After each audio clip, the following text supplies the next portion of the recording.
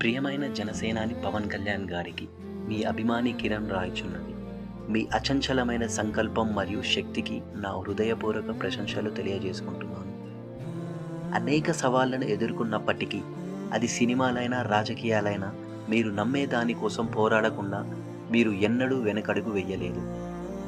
2019 ఎన్నికల్లో మన పార్టీకి ఎదురుదెబ్బ తగిలి ఉండవచ్చు, కానీ ప్రజలకు సేవ చేయాలనే మీ దృఢ నిబద్ధత ఎప్పటికీ వమ్ము కాలేదు. భవన కార్మికులకు మద్దతు ఇవ్వడం కానుంచి కౌలు రైతులకు సహాయం అందించడం వరకు ఈ చర్యలు ఏదైనా ఎన్నికల ఓటమి కంటే బిగ్గరుగా మాట్లాడుతున్నాయి.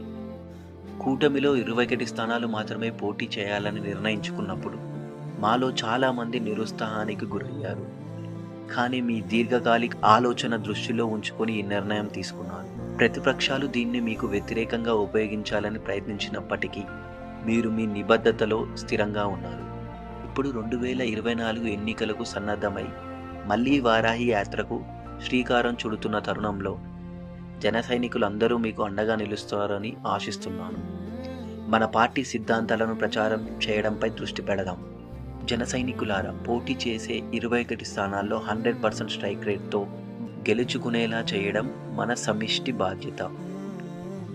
అందరం కలిసి కట్టుగా జనసేన సందేశాన్ని ప్రచారం చేద్దాం. విజయం కోసం శక్తి వంచన లేకుండా కృషి చేద్దాం.